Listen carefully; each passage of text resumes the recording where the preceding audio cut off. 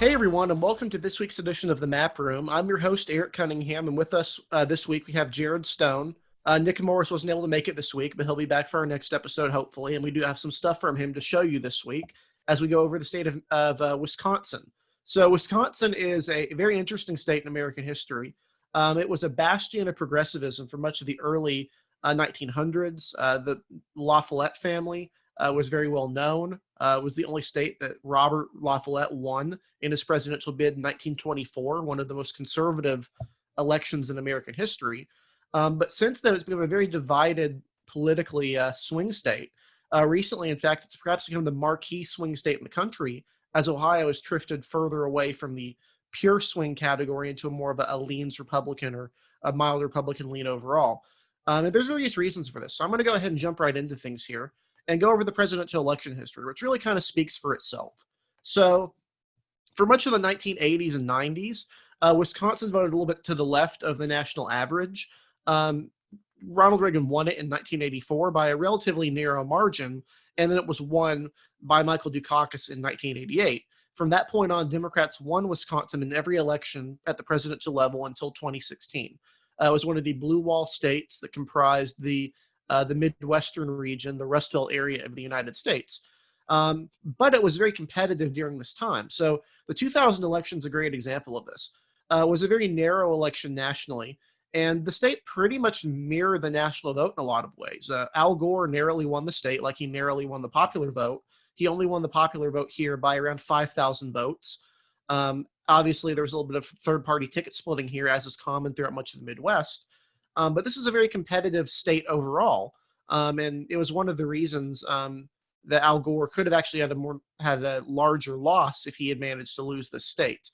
But he did manage to win it, and it held in the Democratic column. 2004 is another great example of this.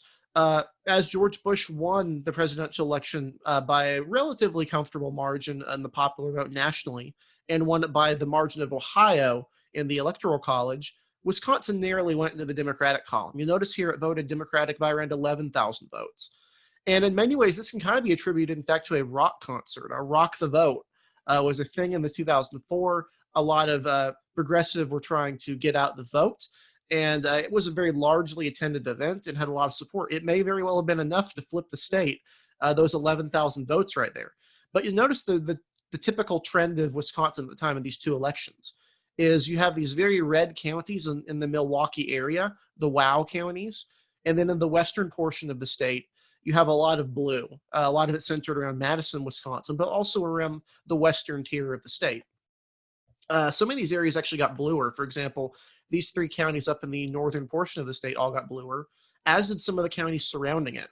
And of course, several of these counties in the Milwaukee area got redder. So really balanced out. 2008 was kind of a disaster for Republicans in the Rust Belt, and there was no better example of this than Wisconsin.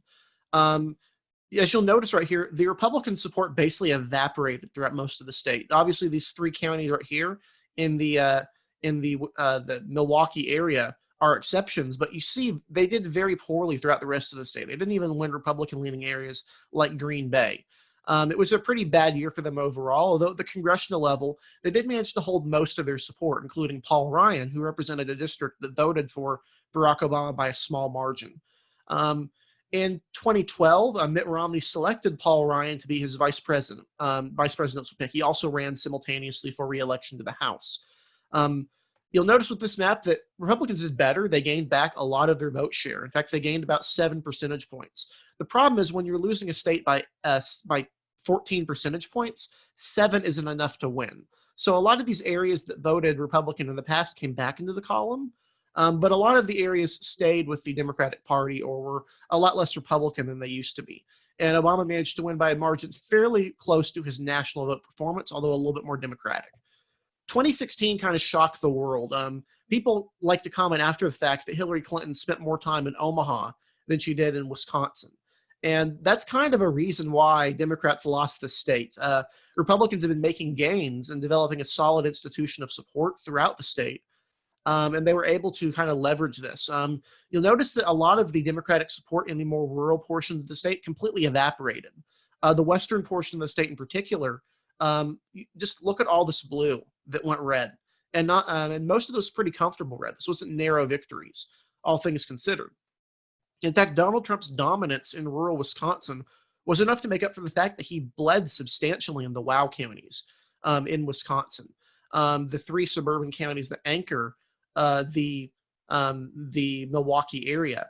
And this is really notable because those are by far the most traditionally Republican areas. Those are counties like Waukesha, Washington County, and Ozaukee County, which actually was, if you look at the swings, was a tremendous swing. It went around 10 percentage points more Democratic than it had previously, even though obviously Democrats did much worse in the state than they did previously.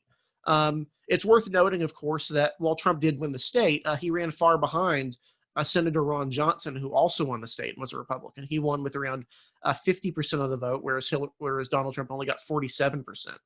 In fact, that 47% was actually less than George Bush got in 2004 and in 2000.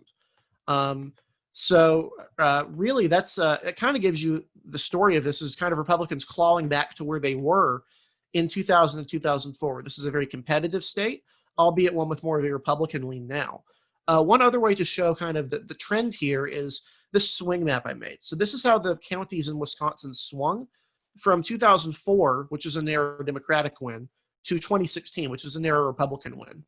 And you'll notice here that most of the state swung substantially more Republican. Places like Rusk County and Pepin County went over 30 percentage points to the Republican Party in terms of swing. Even areas around Green Bay, Racine and Kenosha counties swung to the Republican Party. Some areas in the outer areas of the Madison and Wisconsin or Milwaukee areas, as well as areas like Eau Claire, St. Croix, and Marathon counties, all had large swings. But Democrats also gained. They gained in Milwaukee, Wisconsin, Milwaukee County. Also in a lot of these traditionally Republican counties in the WOW region that border Milwaukee. And that the importance of that can't really be overstated. The WOW counties are really the historical bedrock of the Republican Party in Wisconsin. It's where Scott Walker came from, and it's where Republicans have really relied on their support for in statewide victories. So although there was a Republican trend, that loss of support in the WOW counties was really kind of distressing for some Republicans who were concerned with losing that suburban support. So as you can see from those results in the presidential races, Wisconsin is a very politically competitive state and a politically polarized state.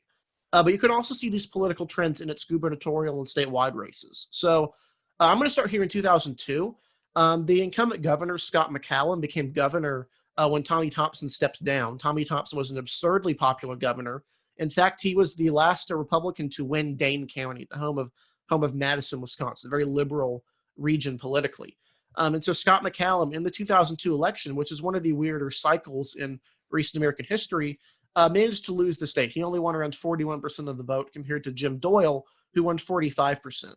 You notice right here that Ed Thompson ran on the Libertarian ticket. Ed Thompson is the brother of Tommy Thompson and was a mayor in a town in Wisconsin. So he was pretty popular and well-known, and he managed to win a couple of counties on the Libertarian line.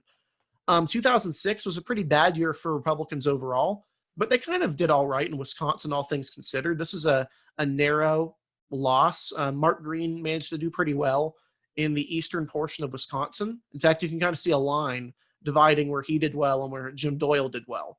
But obviously Jim Doyle's support in the rural portions of the West, a lot of industrial working class voters, was able to push him over.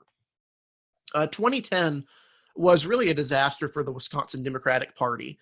Scott Walker, who was the county executive of Milwaukee County, an unusual thing given his staunch conservative views, won the state over by a pretty decisive margin in the gubernatorial race. You'll notice that his map actually kind of resembles the map that Donald Trump won with, just with more suburban support. A lot of those counties in the West that ultimately flipped to Trump flipped to Scott Walker first. Although the Republicans weren't able to replicate this at the federal level really until Donald Trump came along, Scott Walker was really the one who provided that path to victory. 2012 is also notable because Scott Walker pursued some reforms, some conservative right-to-work legislation that really limited the power of public employee unions in Wisconsin and unions in general. And many were very distraught at this, very upset, and they filed to recall Scott Walker. And so recall elections are very rare in American history, and it's even rarer for an incumbent to win a recall election. But Scott Walker managed to win this. It's worth noting he was not facing a recall because of a scandal. He was facing a recall because of ideological reasons, and that may have been some reason of his support. In fact, the current efforts to recall the current governor of Wisconsin, Tony Evers, have actually faced opposition from some Republicans who remember what happened in 2012 and are kind of uncomfortable with the idea of the recall system being used for political purposes rather than for its explicit purpose of protecting against corruption. So 2014, Scott Walker was challenged again, this time by Mary Burke, and he managed to win re-election again. Similar coalition, similar support in the WOW counties, Waukesha, Washington, those sorts of areas. And this is a pretty comfortable victory for him in a red wave. 2018 was an election he lost ultimately.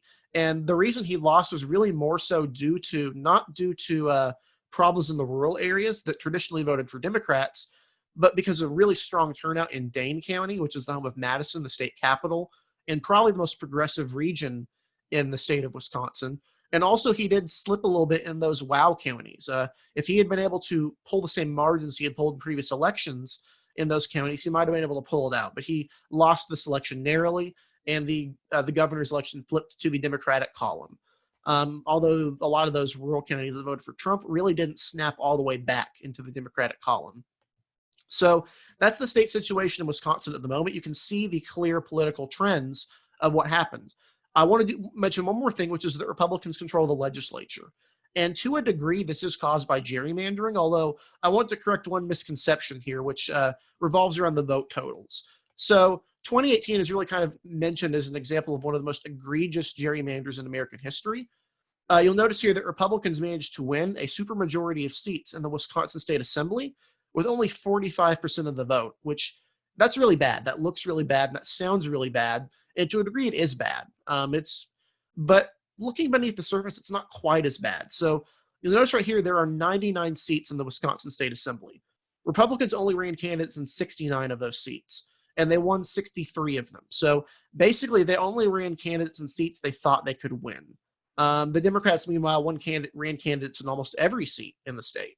So while this vote total is really bad, it doesn't quite tell the full story because that's almost a third of districts in the state that Republicans just didn't run a candidate in. But obviously, the degree of gerrymandering there is quite large, given they were able to win a supermajority without a majority or even close to a majority of the popular vote. And they were able to do this because of reasons that Jared is going to explain here, the polarization and regional divides that you see in the state of Wisconsin that really typify the state to this day. If you really want to understand some of the prevailing trends that we see in Wisconsin, you have to look at some of the more regional distinctions and nuances. And if you look at the major cities in Wisconsin, like Milwaukee and Madison, you'll see that they are basically concentrated in the southeastern region of the state, which is really the home of the Democratic Party, even with things like the WOW counties. But if you look at the map and you try to distinguish different regions, you'll see that they vote in very different ways. So I'm going to attempt to do so right now. Let me share my screen. Okay, so this is a map that really does typify the regional divide that we see. The blue area that you see here really takes in most of rural Wisconsin, as well as some of the more mid-sized cities, such as Oshkosh, Appleton, Green Bay, obviously the home of the Packers, and then some scattered cities. Eau Claire is in here, which is part of the 3rd district. La Crosse is in there, home of Ron Kine, the representative there, and then some of the other scattered areas. And then the green takes in Madison, which is in Dane County, takes in Janesville, which is over here in Rock County, home of Paul Ryan, in fact, as well as Milwaukee, Racine, Kenosha, and then the WOW counties, as Eric went into a little bit earlier. So if you look at the vote totals here, you can see that these two regions basically balance each other out. And they really did so in 2016 when Trump very narrowly won the state. If you look here, it's the blue region was won by Trump by around 15%. The green was won by around 10%. So you can see there's a bit of a Republican advantage there, but that's to be expected with Trump's victory in the state in 2016. Now, to go over to some other things, like the senator 2016, this is a race I'll go into a little bit after, but you can see that Ron Johnson, the incumbent senator, a Republican, did do even better in the green area, or pretty much matching Trump's margins in the more rural areas, which is not surprising given the fact that Trump did very well in the rural areas. His appeal was astounding there. So this gives you sort of an outline of some of the regions we're talking about, but I'm going to go into a little more detail and then go into some of the Senate races that really show through some of these regional trends and distinctions. Okay, so Milwaukee and the county itself are overwhelmingly Democratic. Milwaukee is the largest city in terms of population in the state of Wisconsin, and so this is not a surprise. But if you look beneath the surface, you will notice that there are some more Republican areas of Milwaukee County. Now, if I can, there we go.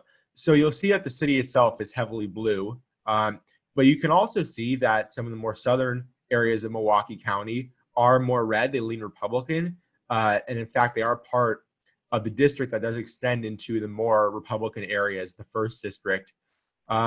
You also see places like West Allis and Wauwatosa, which is actually the home of Scott Walker, the former governor that we were talking about. You can see that these areas are sort of light blue with small patches of red. These are traditionally Republican, especially a place like Wauwatosa. But given suburban trends that we've seen in a lot of areas around the country, this is a place where Trump really slipped in 2016 in terms of his vote performance, and Biden is expected to do very well in places like Wauwatosa in 2020. Now, you also see that surrounding Milwaukee are the WOW counties that we talked about. We have Waukesha County, Washington County, and Ozaukee County. Waukesha County is pretty much the center, the nexus of all the WOW counties. It's home to Waukesha, which is slightly blue in some circumstances, but overall the county is very heavily Republican. And Trump did not even clear 60% of the vote in this county, which is quite surprising. But again, as Eric mentioned, his strong performance in rural areas really was able to put him over the top. And Scott Walker actually did rebound here a little bit. He secured over 60% of the vote in this county in 2018, but just was not enough. It was essentially a reversion to the mean, but it just combined with the other trends going on, it was not enough to put him over the top. Washington and Ozaukee County are quite similar, but they are a little bit smaller in population. You can see that places like Mequon, which is in Ozaukee County, they are becoming much more younger in terms of demography.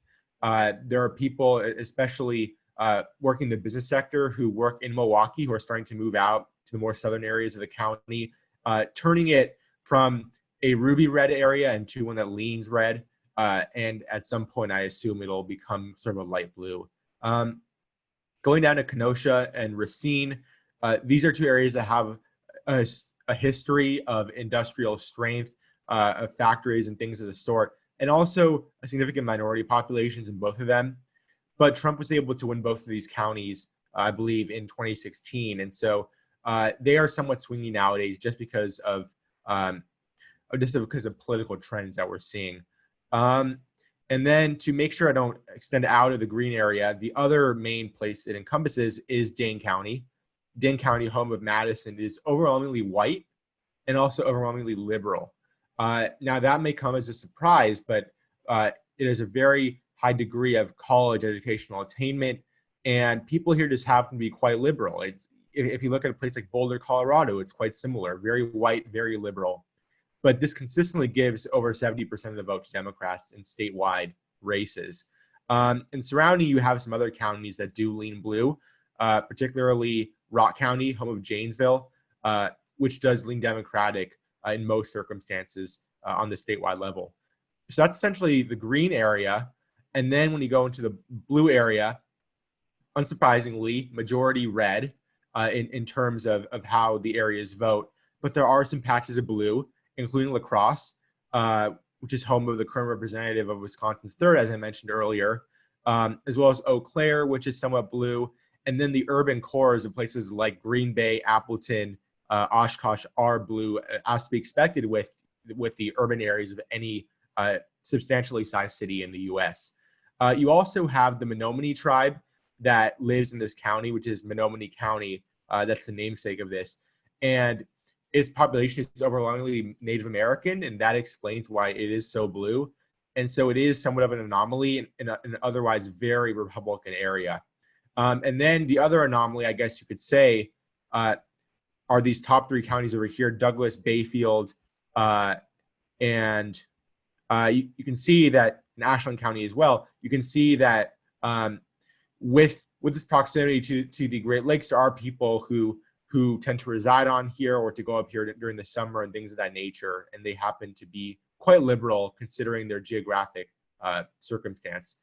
So that gives you a basic outline of the two prevailing regions in the state. And whoever wins the state is going to do so with varying degrees of strength in both of the regions. And so if you're a Republican with more suburban strength, you're likely to do better in the southeast of the state and either match or do slightly worse than to be expected in the other areas of the state. One more thing I should mention about this map is that demographically, these two regions vary heavily. The blue region, which is the more rural part of the state, which went to Trump quite handedly, is basically 90% white. And so it is extraordinarily white working class. There are very few minorities who live in the area. So even though a lot of them did pull towards Obama in 2008, with Trump's strength among white working class individuals, he did very well in this region of the state. That's to be compared with the second, which, as you can see here, is only 74% white. And this is to be explained by essentially Milwaukee and having a substantial amount of African Americans in there. And Madison, as I mentioned earlier, is overwhelmingly white, but there are some pockets of minority strength regardless in the city. And so this area of the state is significantly less white, and that explains quite a few things about the way in which it votes as compared to the other part of the state. Now, to give you more of an illustration, I'm going to go into the recent Senate races that occurred in the state, going back as early as 2000. Now, 2000, you had an overwhelmingly Democratic victory in the Senate race with Herb Kohl, who's an institution of Wisconsin politics. He's the predecessor to Tammy Baldwin, and he has been very sort of glorified and venerated within the timeline of Wisconsin politics. And so you can see here that his tradition, his winning coalition was more traditional in the sense that he garnered a large amount of strength in the more rural areas. And then you can see in Dane County and Dane County and Milwaukee County, he also won very easily. But the WOW counties did go to the Republican candidate, as well as some of these other pockets of strength around Green Bay and Appleton, Oshkosh, some of those areas, they did pull more towards the Republican candidate. So those are more traditional areas or pockets of Republican support in the state, as evidenced by this map. Going to 2006, you had another non-competitive race with Herb Kohl, who won by almost 70% of the vote. But if you look at the margins, it'll once again indicate where Republicans were stronger and which part of the states they were weaker in. And you can still see that the traditional coalition was very much at work here. 2012, you had a much more competitive race. If you remember Tommy Thompson, as Eric talked about earlier, he was quite popular, and so he managed to do quite well in comparison to Romney as far as his margin in this race. He only lost by around 5%, 6%, which is quite impressive considering the circumstances. You can see that he won Green Bay. This entire area in the northeast of the state went quite comfortably to him. You can also see that the WOW counties did decently for him, although these margins are not overwhelming, but they are pretty strong nevertheless for a candidate like that.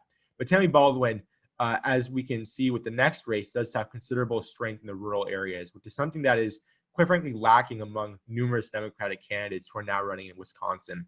And of course, she did quite well in Dane County and the Milwaukee area, as well as Racine and Kenosha down here. Going to 2018, the most recent race, she won by over 10%. And because our current political climate is so polarized, this was deemed as essentially a landslide victory. It was very impressive.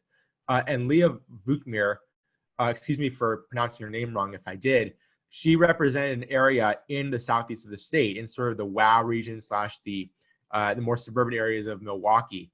And even she could not perform too well here. She did not do much better than Trump in the WOW counties. She did very poorly in the Milwaukee area. And even though a lot of these rural counties that used to poll for Democrats like Herb Kohl did go for her, they just were not enough to counterbalance Tammy Baldwin's considerable strength and just her pull among people in the white working class around in the driftless area, sort of around Iowa and the border of Minnesota, as well as in Dane County, Madison, and some of the other scattered regions throughout the state.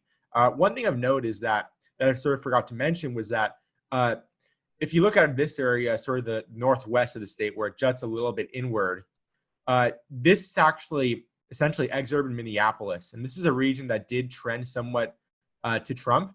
And if you look on the state legislative level, you'll also see some of those trends at play as well. But it's slightly more populous than other regions within that general geographical span. Going to the other class of Senate races, just if you can excuse me, going into 2004 in Wisconsin, you had another fixture of Wisconsin Democratic politics, who was Russ Feingold, famously the co-author, along with John McCain, of the Bipartisan Campaign Reform Act, probably one of his most landmark accomplishments. He won this race quite easily by over 10%, but you do see that western-eastern regional divide that has somewhat evaporated in Wisconsin just because of Republican strength in the rural areas, but that used to be the case. Going to 2010, this was a bit of a surprise, to be honest. Russ Feingold was a pretty strong incumbent, and Ron Johnson was able to win by a decent margin of around 5% in the state. And sort of like Scott Walker, concurrently, he was able to win by doing very well in the Milwaukee suburbs, but also flipping various rural counties that historically went to Democrats. And that's something that has really helped buoy Republicans to success in a variety of races throughout the state. One more thing to mention about this race in 2010 was that Ron Johnson got over 70% of the vote in some of these counties, like the WOW counties, like Waukesha and Washington County, which is quite frankly remarkable. It was the home of Republican politics for a very long time, but getting over 70% of the vote, regardless, is a feat of incredible proportions. And even in 2016, you can see some familiar faces here. It was essentially a rematch between Russ Feingold and Ron Johnson. And there are various media sources that did rate this as a lean Democrat race that was potentially a flip. But Ron Johnson held on, and he held on by a decent margin. And you can still see that even in places like Washington County, in the WOW counties, over 70% of the vote. And so he did very well in the suburbs. And if you look at how his performance compared to Donald Trump's on that same night, you can just see a huge overperformance with Ron Johnson in the WOW counties, especially. And also of note is Milwaukee area. He also did very well in the suburbs like West Allis and Wauwatosa. And as you can see throughout the rest of the state, he was able to hold steady in a lot of the rural areas, as well as Trump. And so he was able to hold some of these rural areas while outperforming Trump in the suburbs. That led to a pretty decisive victory for him. So now that we've gone through some of the history, I'm going to take you through the basic setup of the current congressional districts in the state. You'll notice that Wisconsin currently has 8 congressional districts, 5 of which are represented by Republicans, 3 of which are represented by Democrats. And so these districts represent different coalitions in different regions throughout the state, as I'll show you in a little bit. Going through them numerically, the first takes in Racine, Kenosha, a large chunk of Waukesha County, as well as some of the southern suburbs of Ozaukee County. It is, in theory, one of the more competitive districts in the state. In 2018, it was reportedly going to be contested and reportedly going to be a close race. That did not happen in the long run. It was won quite handily by the Republican, but this is the historical home of Paul Ryan, who is, again, from Janesville, and it is a pretty strongly Republican district. Donald Trump was able to win this district by around 10%, I believe, and this is a district that is a strongly Republican district, and it wasn't actually contested in 2018 with the very strong showing from Democrats, and in 2020, it's going to be a pretty likely hold for Republicans in terms of how they're going to do there. The second district is one of the most Democratic districts in the state. It takes in Dane County, the rest of Rock County, and some of the more immediate suburban and outlying counties right outside of Madison. It is represented by Mark Pocan, who is an unabashed progressive. he has consistently been one of the most progressive and one of the most liberal members of the House of Representatives. And he actually succeeded Tammy Baldwin, who used to represent this district before she became a senator with her 2012 race. And one interesting thing about this district is that it has a pretty long line of LGBT representatives. Mark Pocan happens to be one, as well as Tammy Baldwin. And so it really just is indicative of sort of the nature of this district. Now, going to the third district, the third is essentially the most competitive district in the state. It has become so because of Trump's rural strength and other factors there. It is represented by Ron Kind, who is a deeply entrenched incumbent who has a very small risk of actually losing, even as this district did vote for Trump quite narrowly in 2016. It takes in a lot of the driftless area, La Crosse, Eau Claire, going into some of the more middle areas of Wisconsin. And it is one that has become somewhat swingy on the state level. Tony Evers in 2018 very narrowly won this district in his pursuit to win the entire state, which he ended up doing. But Ron Kind is in no danger of losing whatsoever because, again, he is very well known and deeply entrenched in the district.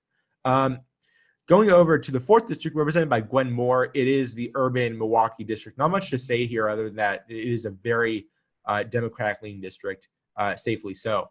The fifth is represented by Jim Sensenbrenner, who I believe is retiring this year, but it is historically the most Republican district in the state. And that is I think that makes a lot of sense because it takes in Waukesha County, Washington County, the crucial WOW counties, as we went over earlier. And it is one where this is a district where John McCain actually won back in 2008, despite losing pretty much every other congressional district in the state. And so even though Trump did not do as well there as historically for Republicans, it's in no danger of flipping at this point. Finally, or not finally, going on to the sixth district, represented by Glenn Rothman. Now, this is a district that takes in Ozaukee County, as well as Sheboygan, and going up into some of the more central areas along the eastern coast of Wisconsin, and then going in a little bit. Glenn Rothman, something interesting about him, that he is actually a pretty weak incumbent in terms of his performance in his races. He actually did worse in his 2018 race than Brian Steele, the Republican, did in the first district, even as the sixth was not viewed to be a competitive race by any means. But still a safe district for Republicans at this point. The seventh is now a Republican district, but it used to be much more Democratic-leaning. It was represented by Sean Duffy and is now represented by Tom Tiffany, who won after a special election. This is a district that, again, historically Democratic, but it has drifted very much to the right in recent years because of political realignment. And it gave Trump around a 15% margin of victory, and it's not going to be flipping anytime soon. Finally, the 8th district, represented by Mike Gallagher, takes in Green Bay, Appleton, and some of these areas over here. Now, Green Bay, it does sometimes lean Democratic in statewide races. For example, earlier this year, I believe there was a state Supreme Court race where the Democratic candidate named Karofsky did manage to win places like Green Bay and Appleton. But overall, this district is still heavily Republican-leaning. Yeah, so those are the congressional districts as they are right now. This is obviously a Republican map, although given the extreme polarization in Wisconsin, it would really be hard to draw a map at this point, especially with the decline in the 3rd district, that really, it would be hard to draw a map that doesn't to some degree favor Republicans. But I'll go a little bit more in depth here into the history of the congressional races. So in 2012, Republicans won 5 of the districts. Actually, sorry. Let me pull back here a little bit because I want to go over the 7th. So going into the history of these congressional districts is really important to kind of give you an idea of the trends that we're seeing, because a lot of these trends that people think started with Trump really didn't. They started with local or state level candidates. A great example is the 7th congressional district. This is the longtime district of Dave Obey, who was a very popular representative, but he declined to seek another term. And so he was challenged, or he was not challenged, sorry. So for the 7th district, the eventual winner was Sean Duffy, a Republican, and he won this district with 52% of the vote. Really, really impressive total. This flipped the delegation from 5 Democrats to 5 Republicans, along with, of course, a loss in the 8th district, which represented the Green Bay area. 2012, race was very narrow. You saw these entrenched incumbents. The 7th, Duffy didn't really face a contest. In the 1st, Paul Ryan, in theory, a competitive district, was one that Republicans managed to win. The 8th district, again, not really competitive. Just overall, Republicans had a good chance with this map.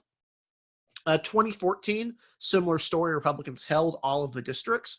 This is worth noting because that is when the 6th district, Tom Petrie, retired, and that's when Glenn Rothman took his place in that district. 2016, again, is another story. Democrats again managed to win the majority of the popular vote, although this is really skewed because in the 3rd district, and what could only be described as a major recruiting failure, Republicans failed to nominate a candidate against Ron Kind. And this was a district that Trump won. So Ron Kind won his district with the overwhelming majority of the vote. And obviously, Paul Ryan in his 1st district didn't face a real competitive race. He had a primary challenge from a white nationalist. But beyond that, there wasn't really anything competitive for Republicans to worry about here. Finally, 2018, the most recent races, Democrats did try to make more inroads into the legislature, into the races. You'll notice this time that the 2nd district, represented by Mark Pocan, was not contested at all. And so they did try to win several districts. So in the 1st district, the Democratic candidate that really most people favored was Kathy Myers. She would have probably been the better candidate here. Randy Bryce was an iron worker, really heavily associated with the unions, and they thought he would be a good fit. Some people did for this district. He ran a very progressive campaign, and he managed to win the primary. Whereas on Brian Steele from Janesville, like Paul Ryan, managed to win the Republican side fairly easily. And you'll notice here that he won the district overwhelmingly. Part of this is because this is a Republican-leaning district. The other part is that Bryce proved to be an extraordinarily terrible candidate. He, not in addition to being well out of the league ideologically for the seat, campaigning basically in a district that hasn't existed for decades. He also had some legal issues that really hampered his ability to do anything competitive. In the 3rd, Ron Kind faced a challenge this time and managed to win with around 60% of the vote. So not a huge deal for him there. The 6th was one where Democrats were excited about this one in theory because Dan Cole, who is the nephew of Herb Cole, was running to represent this district. And he actually did better than the polls indicated. He got within 10 points in the district, but at this point, it's just too far gone for even someone with the Cole family to be able to win. Sean Duffy, again, won his district, which is rapidly trending Republican, fairly easily. And in the 8th, Mike Gallagher easily won re-election to his Green Bay district. Going into 2020, we don't expect any of these districts to be competitive. In fact, I'm going to show you the map right here for Elections Daily ratings. You'll notice we have all 5 Republican districts as safe and all 3 Democratic districts as safe, even Ron Kind's district. Even if it votes for Donald Trump this time like it did last time, we don't anticipate him being in any real challenge here. His biggest issue would be facing a redistricting struggle. Finally, one more race to indicate, which happened earlier this year, was in the 7th Congressional District. This district vacated when Sean Duffy, the incumbent representative, resigned his district after his wife gave birth to a child with a heart condition. So he resigned basically to take care of his family and to be with his wife, who has a lot of kids. You notice they have 9 children, so a pretty big family, and so he wanted to be a little bit closer to his family, which is a pretty noble thing, all things considered, for a congressional representative. So on the Republican side, this is probably one of the more interesting primaries on paper. So you had 2 candidates here, Tom Tiffany and Jason Church. Tom Tiffany was a state senator from the area, and he was really well known. He worked with Scott Walker to pass a lot of the legislation that resulted in severe Republican gains in the area. His opponent was Jason Church, who was a veteran, a very young candidate, had support from a lot of different individuals associated with the insurgent conservative groups. For example, conservatives like Tom Cotton, Dan Crenshaw, Brian Mast, a lot of national security types. But on paper, he's actually a less conservative candidate. Tom Tiffany ran, for example, one of his key issues was a very obscure issue, which is the Bacon-Davis law, the prevailing wage law, which requires the federal government to pay contractors the prevailing wage in a region rather than paying them below that if they negotiate to that. Tom Tiffany ran on a fiscally conservative campaign that includes repealing that law, whereas Jason Church supported keeping it, kind of more in touch with the traditional working class nature of his district. But ultimately, Tom Tiffany was able to win the district's Republican primary fairly easily by over 14 percentage points, and was able to win the actual election in the district fairly easily as well, although he did underperform relative to previous Republicans. So before we wrap up, we're going to show you a couple potential maps for 2020 too. After the congressional redistricting cycle, happened. Nick Morris produced this map of what a fair map of Wisconsin might look like, and so you'll notice right here this district changes a lot of things. The 3rd, the 7th, a lot of these districts look similar, but would vote differently on paper. So, for example, his first district goes from a Trump plus 10 seat to a Trump plus 2 seat. The 3rd remains substantially pro-Trump, and there's a majority of districts that voted overwhelmingly for Republicans, but Democrats could feasibly gain 4 congressional districts. I'm not nearly as optimistic, and my map that I've produced is what I would call an unfair map. So it's a map that the Republican legislature, provided they maintain their supermajority, which seems fairly likely that they would be able to do, would be able to pass, which would basically give them control over the redistricting process and over the map. So this is the map I've drawn that they might be able to produce. And the goal here is basically to, for one, to make the districts a little bit more, so basically to stabilize some of the districts. For example, the first here draws in a lot of areas that used to be in the 5th district. And this is basically to even out the vote total, so the first becomes much more conservative here. So notice here, these are the presidential election results. And the first here would be a district that Donald Trump would have won by 11% of the vote. But again, it would have actually drawn in a little bit of some different stuff, and it gets rid of those problematic Milwaukee suburbs that could cause problems. The 5th becomes much less conservative here, but at no risk for the Republican Party. The 3rd district actually would have voted for Trump by around 8 percentage points, would have voted in the AG race 1.2 percentage points, and would have only voted for Tammy Baldwin by around 10%. So this would be a little bit of a better opportunity for Republicans to take on Ron Kind here. The 6th becomes more conservative here. It takes in some of the counties in the central portion of the state. And then, so basically the rest of these, like the 7th and 8th, don't really change much at all. The main goal here, of course, was to make a map that would be politically Republican even in the midst of a Democratic race, like, for example, the gubernatorial race. You'll notice this right here. All of the districts would have voted for the Republican candidate with over 50% of the vote, even the 3rd district, which, as we mentioned before, if we look at the map here that was produced by our friend James Newton, under the current map, Tony Evers would have narrowly won the 3rd district, whereas in my map, Tony Evers would have lost the 3rd district by around 1% of the vote. So easily something Republicans could draw, and it wouldn't look that different from the current map, but underneath the surface, that does present a little bit of a change that would be favorable to them. And so I'm gonna throw it to Jared, who's going to show 2 maps of his own that he has made. Yeah, so Eric's map that is more so Republican gerrymander, it does preserve a lot of more reasonable lines. This is not meant to do that. This is meant to be this an absolutely egregious and outrageous Republican gerrymander. You can see that the 3rd district's Democratic lean is all but eliminated. The 1st, which is urban Milwaukee, has to be preserved because that is an area of incredible Democratic strength. But the Madison district does extend into blue Janesville to take in some of that more blue area, which would render the southeastern portion of the state much more red. It also goes up into La Crosse, which is also a blue-leaning area. And then these other sort of crazy, egregious lines are just meant to preserve Republican strength here.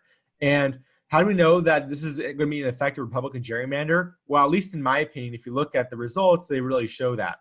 And just quickly show you, if you look at the Senator of 2018 results, where Tammy Baldwin won quite overwhelmingly in the state, you can see that all the Republican districts still voted for the Republican in that race. So only 2 Democratic districts. Finally, just to show you a sort of fair map that I drew, not as neat as Eric's, but this is not supposed to be realistic. We can see that if you want to make a 4-4 map, one way to do it is to chop up Madison and take in those very blue areas and disperse them among the more moderate or even light red areas of the state. And that would render a lot of these districts more blue. And then, of course, you have the urban core of Milwaukee, which will itself be a blue district. This gives you in 2016 a 4-4 split between Hillary Clinton and Donald Trump. And so, as you can see, there's a lot of different ways to draw Wisconsin. And although it is a politically competitive state, we have it currently rated as leans Democratic at Elections Daily. We see it as one of the tipping point states, if there is a tipping point state to happen this cycle, along with perhaps states like Arizona or Pennsylvania. But it's certainly approaching the status as one of, if not the marquee swing state in American politics. And it's kind of perfectly suited for that. As we've shown you, it's very politically polarized and very politically balanced in terms of both sides having an opportunity to win races here. So if you're paying attention to states this cycle, be sure to pay attention to Wisconsin, because it's going to be really crucial to understanding the results of whatever the next election happens to be. So with that, I think we're going to wrap up this week's edition of the Map Room. Thank you for watching. Where can we find you on social media, Jared? You can find me on Twitter. My handle is at JStonePolitics. And you can find me on Twitter at DE Cunningham too. You can also find our other contributors Nick Morris at Toss Up Report. He's usually on here, and he produced one of the maps that we showed earlier. And he'll probably be back next week for our next episode. So you can also find all of our writings at Elections Daily. That's at elections_daily on Twitter and elections-daily.com. In addition to written articles about states and about politics and elections, we also produce podcasts. We have a podcast basically for every day of the week at this point. And so be sure to tune into those on our YouTube channel. We actually often have some of the guests on the Map Room, like Jared and Nick, on the shows. So thank you guys for watching, and we'll see you on next week's edition of the Map Room.